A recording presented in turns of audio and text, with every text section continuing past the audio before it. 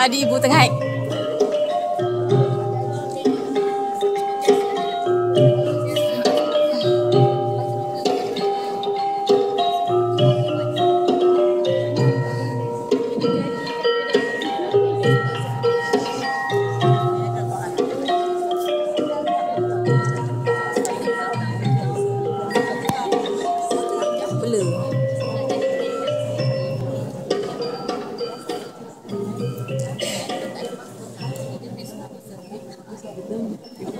Apa asal tak mau? Oh, mau.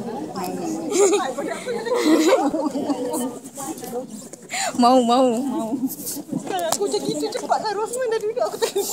Very good evening, very warm welcome to the closing ceremony of the International Seminar on Autism 2014. The inaugural seminar has been a fruitful event to inculcate awareness and educate participants across the nation that has attended this 2 days event.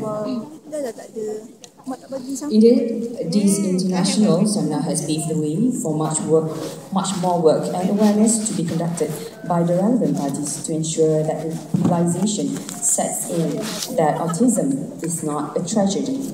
Ignorance is. Tak payahlah. I would like to invite Her Excellency Datin Paduka Sri Rosman Mansor and Honourable Dr. Sri Rohani Abdul Karim to their seats on the stage. Saya tarik juga so that kita dah tahu benda dah bersih. Ni untuk dekat apa ni sekolah. Ini orang Johor punya tau. Preschool tangkap. This is dibuat sedikit memang orang tu dah buat kan. Kau yang mam yang buat benda ni. Tangkap kan. Tak dia punya. Siapa punya? Station apa semua ni. How to get this one? Itu kena buat surat kan. Dia tu lah dia punya proses tu. I want to know about that. Sebab nanti sekolah kan. Cik tanya boleh. Inilah 25 at yang depan. Nanti SMS.